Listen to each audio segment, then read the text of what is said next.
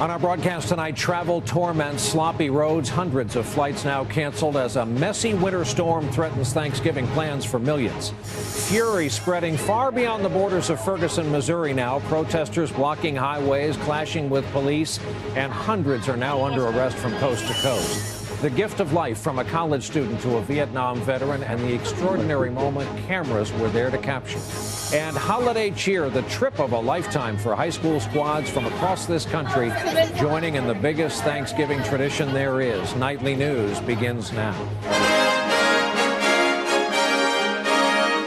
From NBC News World Headquarters in New York, this is NBC Nightly News with Brian Williams. Good evening. You see it right there on the big board. And if you're expecting someone on this Thanksgiving Eve, and if they are caught in the web of this big weather system we are covering, then, as they say, allow extra time. This one started in the Gulf of Mexico, churned north. It's making a mess. 650 flights have been canceled tonight, over 3,000 flights delayed. These are the flights currently aloft over much of the U.S. And outside of this weather, if you're with us tonight from Scottsdale or Sacramento or Sarasota, wondering what the big deal is, you may also be waiting for loved ones to arrive. They may well be affected by the transportation pileup this weather is causing with so many people on the move. It is where we begin tonight. Tom Costello covers transportation for us, and so he's got a lot to cover tonight. Hey, Tom, good evening. Good evening, Brian. It's been a real mess on the road, in the air. You mentioned those numbers. Those numbers are not really extreme given this nor'easter. That said, this has been a day of high anxiety and high stress and high inconvenience for many people. Up and down the East Coast on this Thanksgiving Eve, a day of snow, slush, and slop, largely tracking the I-95 corridor. Nothing's going to be easy about today. It's just the beginning of the travel nightmare. Heavier snowfall rates of 1 inch+ an hour.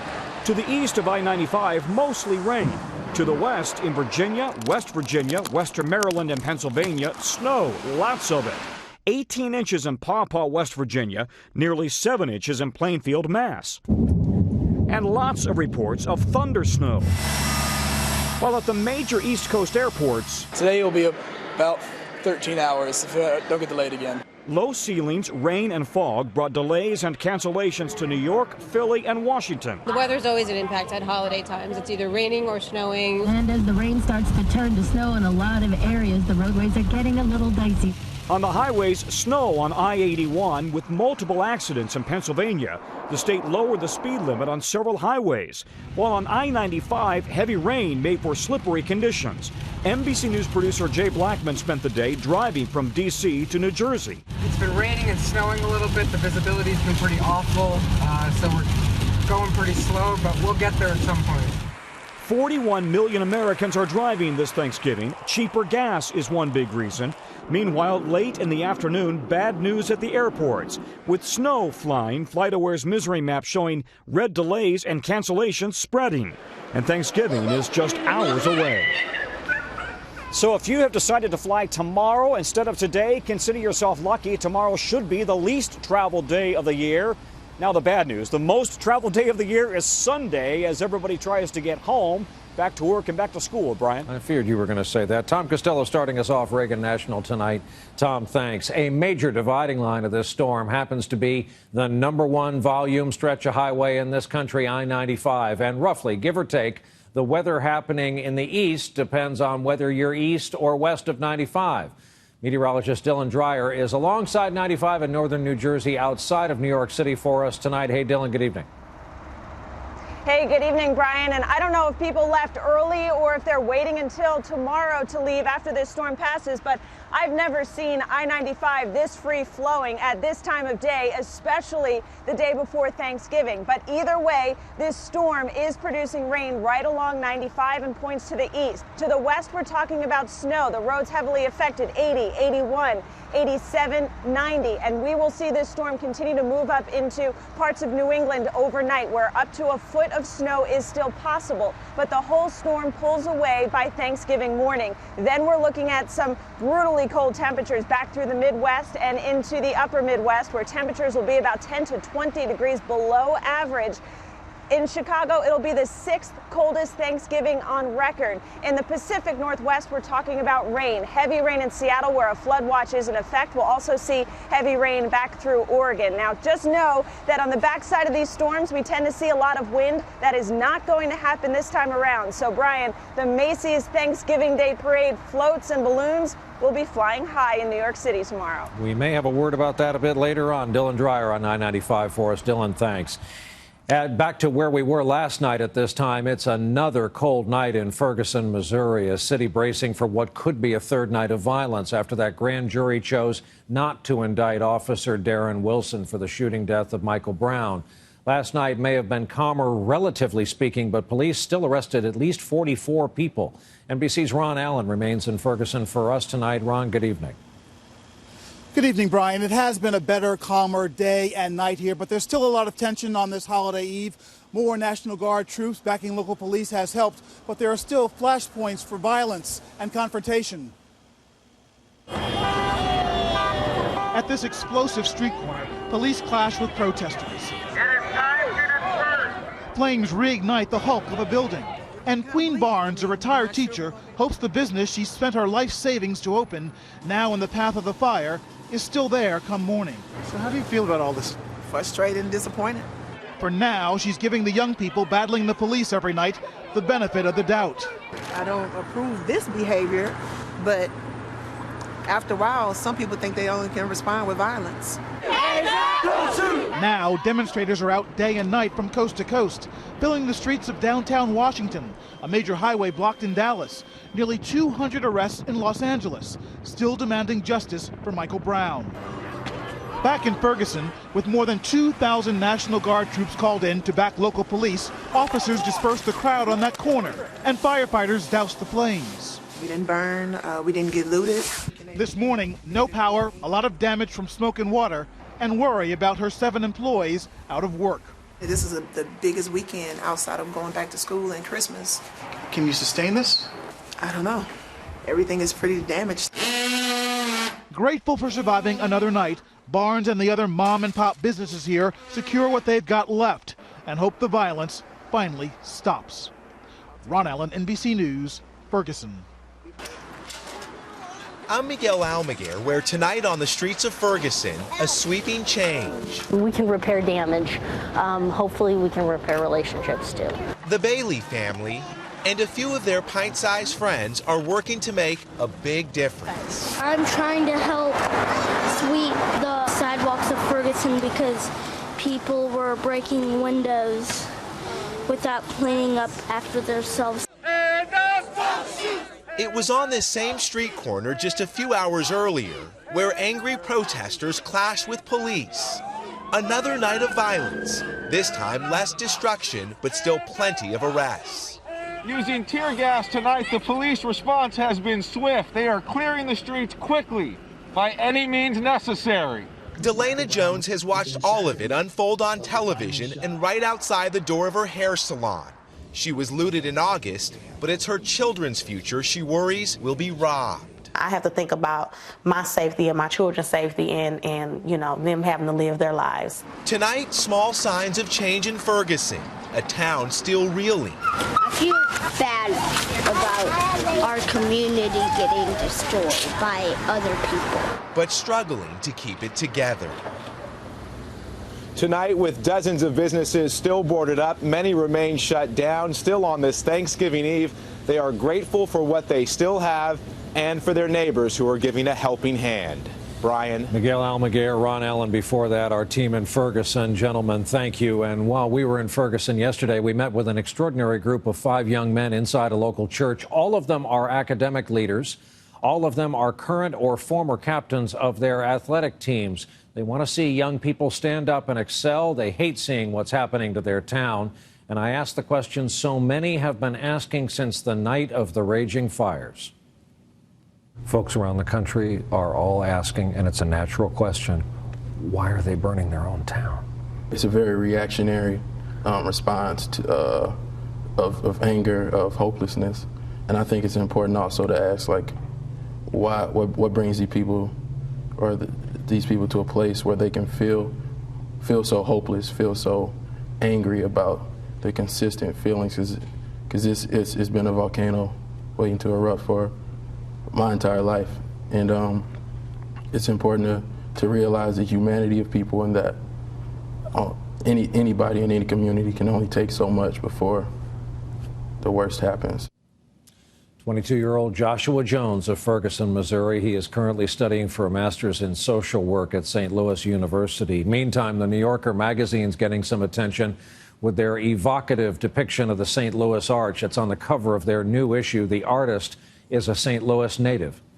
From Washington today, we woke up to news that veteran Supreme Court Justice Ruth Bader Ginsburg is in the hospital recovering from a successful heart procedure. At 81, she's the eldest member of the court. We get our report tonight from our justice correspondent, Pete Williams.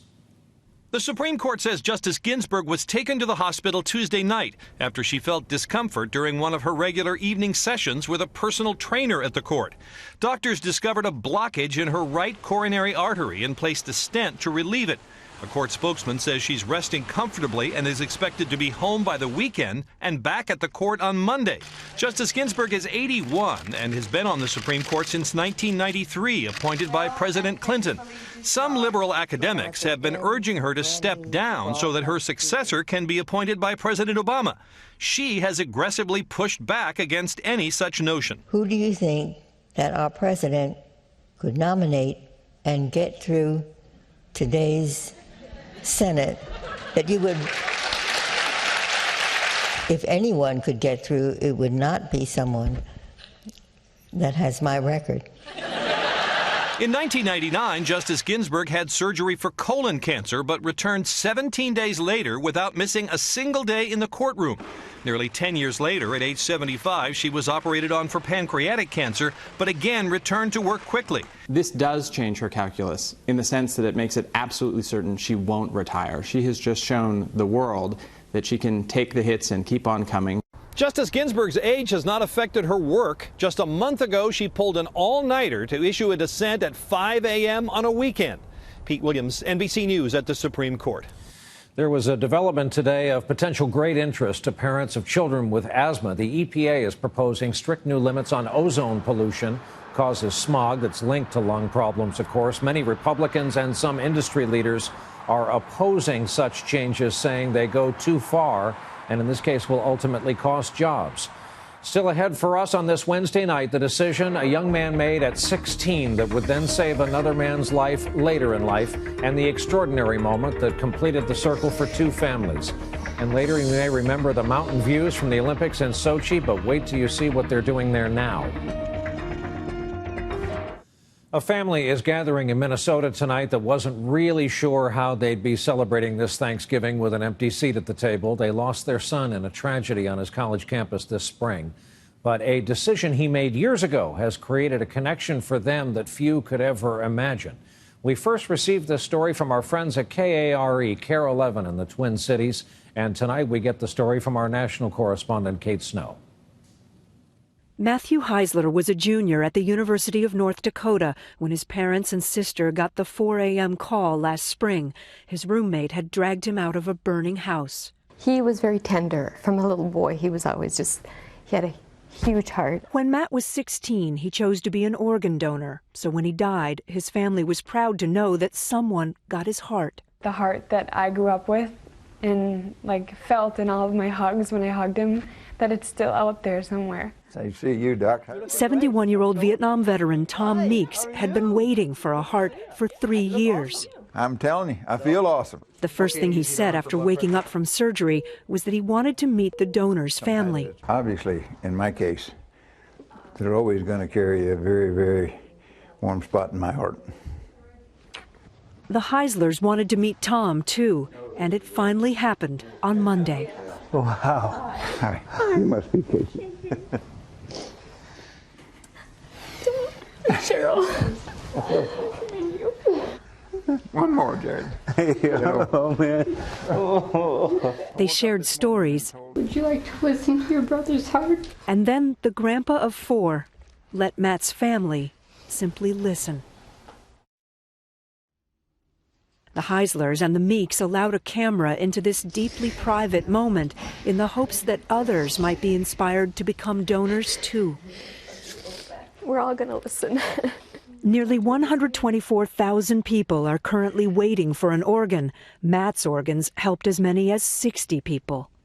Thank you. And as his father said today, as much as their loss still hurts, meeting the man who got a second chance at life is a reason to be thankful. It's awesome. Kate Snow, NBC News, New York. How's that for a true story of Thanksgiving? And when we come back, the countdown to a national tradition.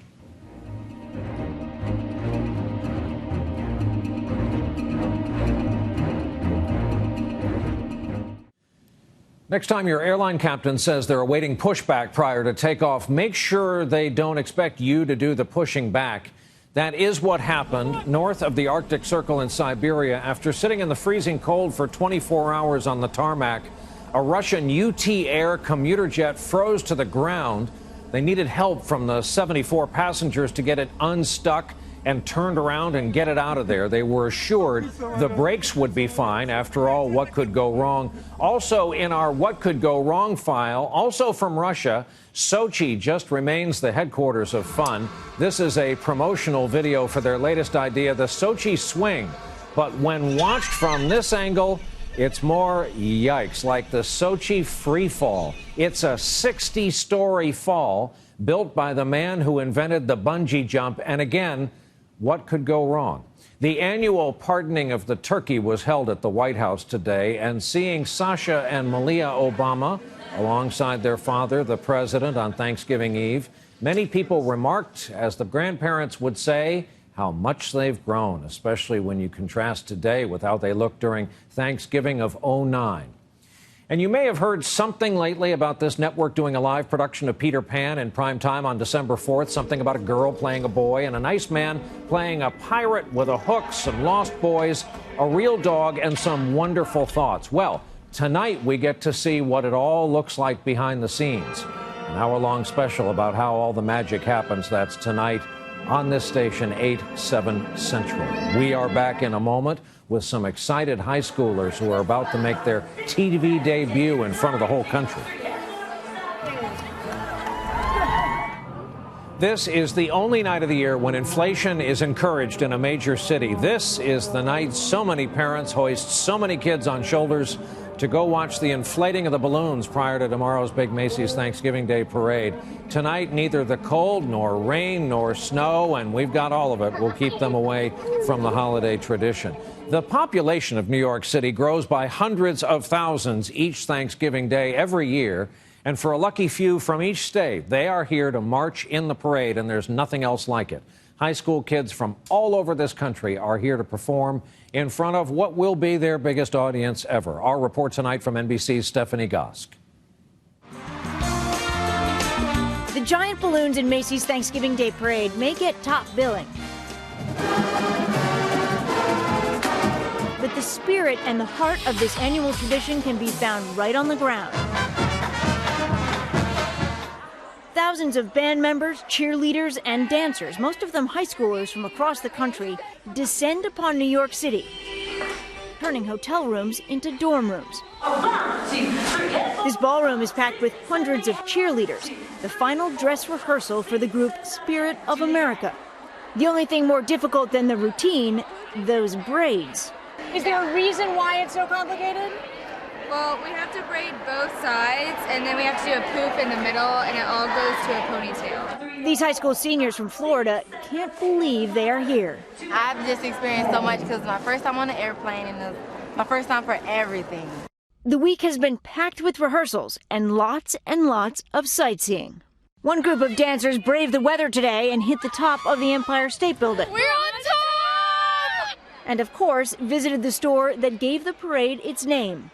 I can't wait to go back to Florida and show all my friends. It feels cool, like we're in the Macy's. That's in the Thanksgiving Day Parade that we always see. But despite the fun, there are still plenty of butterflies. Is there one thing that you do that you're a little bit nervous about? What is it? The last part. Yeah, the last part we kind of like move into a formation, and we haven't I feel like we haven't perfected it yet. Five, six. To make them feel better, all they had to do was watch someone else give it a pathetic stab. Tomorrow, it's for real. A chance to take part in a parade that has become as much a part of Thanksgiving as the turkey itself. Stephanie Gosk, NBC News, New York. You'll see the real thing tomorrow at 9. That's our broadcast on this Wednesday night, Thanksgiving Eve. Thank you for being here with us. I'm Brian Williams. We hope to see you right back here tomorrow evening. Good night and happy Thanksgiving.